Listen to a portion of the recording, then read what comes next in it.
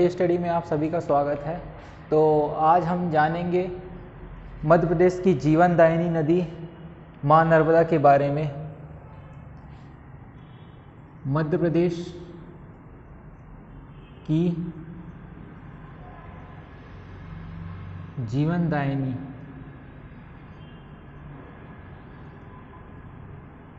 नदी मां नर्मदा के बारे में जानेंगे। मां नर्मदा को रामायण में रेवा कहा गया है। मैकल श्रुता, शंकरी, सोमोदेव, ये चारों नामों से जाना जाता है। ये नदी अनूपपुर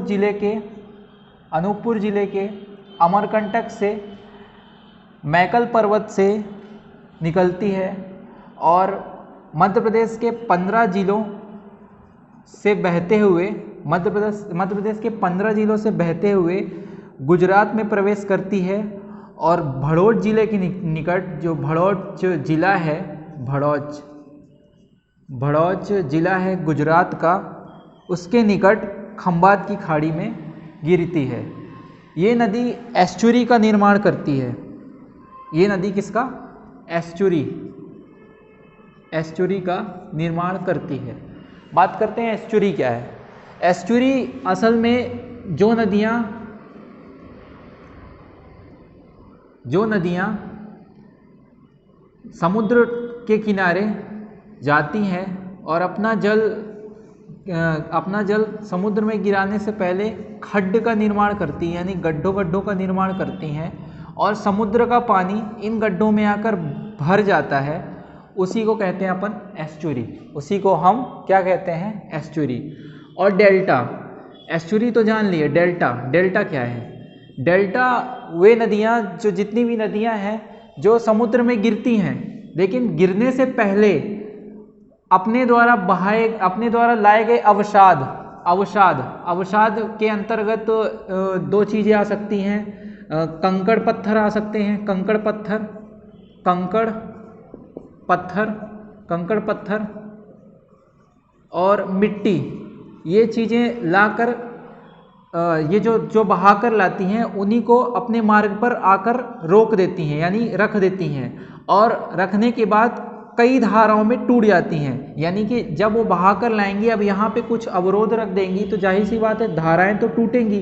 अब ये धाराएं टूट जाती हैं, इस तरह ये धाराएं टूटती हैं तो ये एक तरीके का डेल्टा आकृति बन जाती है, जिसे हम क्या कहते हैं?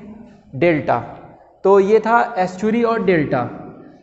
तो नर्मदा नदी मध्य प्रदेश के जो 15 जिले हैं उनके बारे में बात करेंगे कि मध्य प्रदेश के 15 जिले से बहती हैं। उनके नाम: अनूपपुर, डिंडोरी, मंडला, जबलपुर, नरसिंहपुर, होशंगाबाद, रायसेन, बुधनी। ये बुधनी तहसील है, सीहोर की तहसील है बुधनी, वहाँ से भी जाती है। हरदा, खरगोन, खंडवा, बड़वानी, देवास, धार, अलीराजपुर और सीधे फिर गुजरात में प्रवेश कर जाती है। टोटल लंबाई की अगर बात की जाए तो 1312 किलोमीटर टोटल लंबाई है। और अगर मध्य प्रदेश में केवल बात की जाए तो मध्य प्रदेश में लंबाई है 1077। 1312 किलोमीटर के साथ जो नर्मदा नदी है, यह देश की पांचवी सबसे बड़ी नदी है। और केवल अगर बात की जाए जो प्रायद्वीपी भारत है, प्रायद्वीपी पठार है, वहाँ की ये दूसरी सबसे बड़ी नदी है। अब मध्य प्रदेश में नदियाँ हैं, जो नर्मदा नदी की सहायक नदियाँ हैं, वो नर्मदा नदी में आकर मिलती हैं। तो जो बाएं तट में आके मिलती हैं और जो दाएं तट में आके मिलती हैं, उन नदियों के बारे में बात करेंगे। जैसे कि बाएं तट में जो नदी आकर मिलती है, बायां और दायां, हमेशा लोग कंफ्यूज, यानी कि जो स्टूडेंट हैं वो हमेशा कंफ्यूज हो करते हैं कि बायां कौन सा है और दायां कौन सा है। अब जैसे मैं इधर खड़ा हूँ, अब वो इस साइड मुझे चलना है, तो मेरा दायां ये मेरा दायां होगा, ये वाला ये मेरा दायां होगा और ये वाला मेरा बायां होगा। तो नदी जब यहाँ से बहती है तो नदी का ये दायां होगा और ये नीचे वाला ये बायां होगा। तो नदी बहती कहाँ से है? पूरब से, पश्चिम की ओर, पूरब से पश्चिम की ओर बहती है। तो नदी का ये दायां और ये नीचे वाला बायां। तो दाएं तट पर कौन सी नदी आकर मिलती है, इसके बारे में अपन बात करेंगे। दाएं तट पे कौन सी मिलती है? दाएं तट पे मिलती है, दाएं तट पर अगर देखा जाए तो टोटल नदियां मिलती हैं 41 प्रमुख सहायक नदियां हैं, 41 प्रमुख सहायक नदियां हैं। लेकिन दाएं तट पर 19 सहायक नदियां आकर मिलती हैं, जबकि बाएं तट पर 22 सहायक नदियां आकर मिलती हैं। तो दाएं तट पर जो नदियां मिलती हैं 19 सहायक नदियां, उनके बारे में बात करेंगे। तो पहली नदी कौन सी है? हिरण।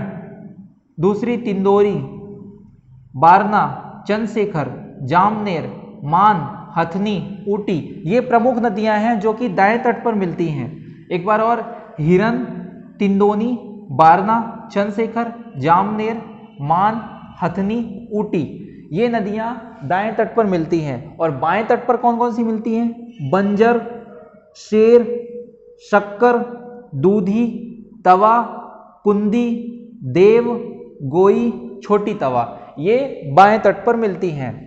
यानी बाएं से मिल रही हैं कितनी? 19 नदियां बाएं से मिल रही हैं, सॉरी 22 नदियां बाएं से मिल रही हैं और 19 नदियां दाएं से मिल रही हैं। टोटल प्रमुख नदियां 41 प्रमुख नर्मदा नदी की सहायक नदियां हैं। अब बात कर लेते हैं जो नदी है, तो नदी जलप्रपात बनाती है। ये नदी कितने जलप्रपात बनाती है? नर्मदा नदी कितने जलप्रपात बनाती है? ये अनूपपुर में जलप्रपात, 2 जलप्रपात बनाती है। पहला दुग्धधारा, कपिल धारा, ये दोनों जलप्रपात कहाँ हैं? अनूपपुर, अमरकंटक में ही दोनों जलप्रपात हैं, दुग्धधारा और कपिल धारा। धुआंधार जलप्रपात कहाँ है? जबलपुर में भेड़ा घाट के निकट ये जलप्रपात है धुआंधार। सहस्त्रधारा जलप्रपात कहाँ है?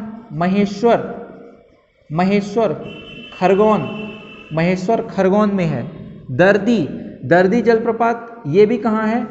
खरगोन में ही है। दर्दी जलप्रपात ये कहाँ है? ये भी खरगोन में ही है। मानधाता जलप्रपात ये कहाँ है? मानधाता जलप्रपात कहाँ है? खंडवा में। तो ये प्रमुख जलप्रपात थे। अब बात करते हैं परियोजनाओं की। क्वेश्चन बन जाते हैं हमेशा परियोजना से कि कौन सी परियोजना कहाँ से है, किस नदी पर है। तो बरगी परियोजना ये कहाँ है? नर्मदा नदी पर है। अगर बरगी डैम की बात की जाए, बरगी डैम ओनली आ गया, बरगी डैम कहाँ है? तो बरगी डैम बरगी नदी पर है, लेकिन बरगी परियोजना नर्मदा नदी पर है। महेश्वर परियोजना ये खरगोन में है। इंदिरा सागर परियोजना, ओंकारेश्वर परियोजना, ये दोनों कहाँ हैं? खंडवा में है। ये दोनों कहाँ हैं? खंडवा में है। इंदिरा सागर परियोजना ये नर्मदा नदी की सबसे पहली परियोजना थी। इंदिरा सागर परियोजना ये नर्मदा नदी की सबसे पहली परियोजना थी। सरदार सरोवर बांध या सरदार सरोवर परियोजना ये कहाँ है? ये गुजरात में है। ये कहाँ है? ये गुजरात में है। ये कहाँ है? गुजरात में है। आशा करता हूँ आपको ये वीडियो पसंद आया होगा। तो अगर आपको अच्छा लगा होगा ये वीडियो तो आप इसको लाइक कीजिए, सब्सक्राइब कीजिए और ज़्यादा से ज़्यादा वीडियो को शेयर कीजिए। Thank you so much.